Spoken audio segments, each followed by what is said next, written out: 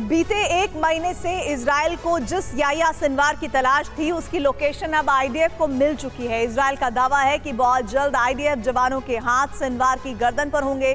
इधर अमेरिका ने बड़ा ऐलान किया है। अमेरिका इजराइल को 150 मिलियन के हथियार देने वाला है और इसके बाद हमास ने भी साफ कह दिया है कि उसे किसी भी कीमत पर मध्यस्थता स्वीकार नहीं है। ऐसे में सवाल यही है कि क्या आने वाले दिनों में गाजा के वॉर ग्राउंड की आग और ज्यादा भड़कने वाली है।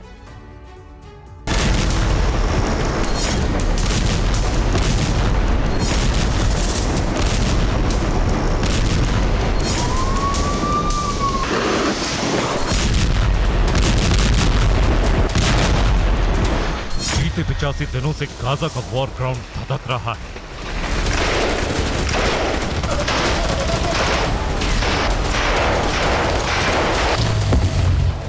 इजराइल की वायुसेना गाजा के शहरों को तबाह कर रही है।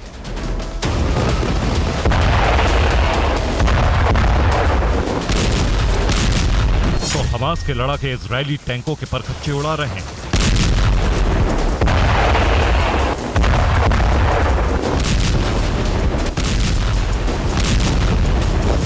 इजरायली सैनिकों पर रॉकेट से हमले कर रहे हैं। कब्रिस्तान बन चुके गाजा से बेहद चौंकाने वाला आंकड़ा सामने आया है। यूनाइटेड नेशंस की रिपोर्ट के मुताबिक गाजा की 4% आबादी या तो मारी जा चुकी है, घायल है या फिर लापता है। गाजा में मौत का आंकड़ा 21,500 से ज्यादा पहुंच चुका है। मगर यह आंकड़ा गाजा में हुए नरसंहार का महज ट्रेलर भर है। गाजा में आने वाला असली तूफान अभी बाकी है। आने वाले दिनों में मौत और मातम का यह आंकड़ा कहीं ज्यादा बढ़ सकता है। दरअसल अमेरिका इजराइल को 150 मिलियन के हथियार भेजने वाला है। एक हफ्ते के अंदर हथियारों का नया स्टॉक तेल अवीव पहुंच जाएगा। M107 प्रोजेक्टाइल बम देने वाला है। इन बमों को खास तौर से दुश्मन के ठिकानों और वाहनों को तबाह करने के लिए डिजाइन किया गया है। ये एक सीमित इलाके में ज्यादा तीव्रता के साथ तबाही मचाते हैं।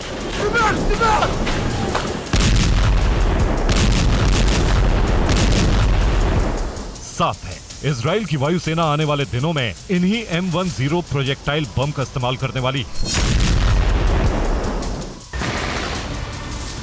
इधर गाजा में इजराइल की ग्राउंड फोर्स भी एक्टिव है। वो लगातार गाजा में याह्या सिनवार की लोकेशन तलाश रही है। 29 दिसंबर के दिन इजरायली ग्राउंड फोर्स को याह्या सिनवार का एक और ठिकाना मिला, मगर इजरायली जवानों के पहुंचने से पहले ही सिनवार यहां से भाग चुका था। इजराइल को खबर मिली थी कि सिनवार उत्तरी गाजा की एक सुरंग में छिपा है। रेड के दौरान एक अपार्टमेंट में हमास की सुरंग मिली। इस सुरंग की लंबाई 218 मीटर थी। सुरंग में हर तरह की सुविधा मौजूद थी। दावा है कि याह्या सिनवार इसी सुरंग में छिपा हुआ था। ताजा इनपुट के मुताबिक सिनवार अभी उत्तरी गाजा में ही छिपा है। इसीलिए इजरायली ग्राउंड फोर्स उत्तरी गाजा में जगह जगह रेड कर रही है।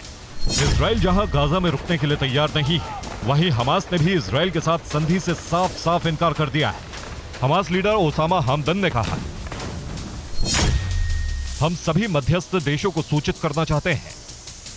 हमारी प्राथमिकता इजराइल को रोकना है। हम गाजा पर हमलों को हमेशा के लिए रोकना चाहते हैं। फिलहाल इजराइल से मध्यस्थता संभव नहीं है। साफ है, हमास भी ठान चुका है कि इस बार इजराइल को गाजा से यूं ही नहीं जाने दिया जाएगा। हमास जहां मध्यस्थता से इनकार कर चुका है, वहीं इजराइल पर बड़े हमले भी कर रहा है।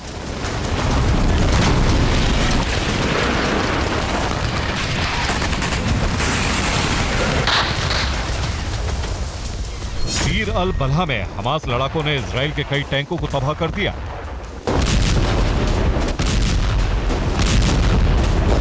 खान यूनिस में भी यासीन रॉकेट से एक इजरायली टैंक के परखच्चे उड़ा दिएगा। हमास लड़ाकों ने तेल अवीव पर भी ताबड़तोड़ रॉकेट दागी।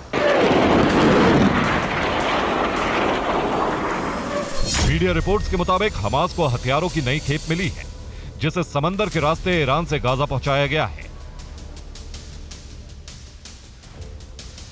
सिर्फ इतना ही नहीं, दावा यह भी किया जा रहा है कि गाजा में हमास का साथ देने के लिए हूती लड़ाकों को भी भेजा गया है।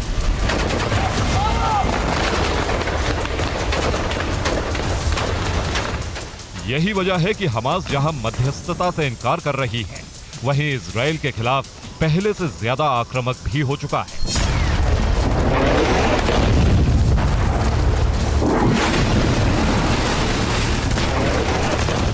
TV9 भारतवर्ष।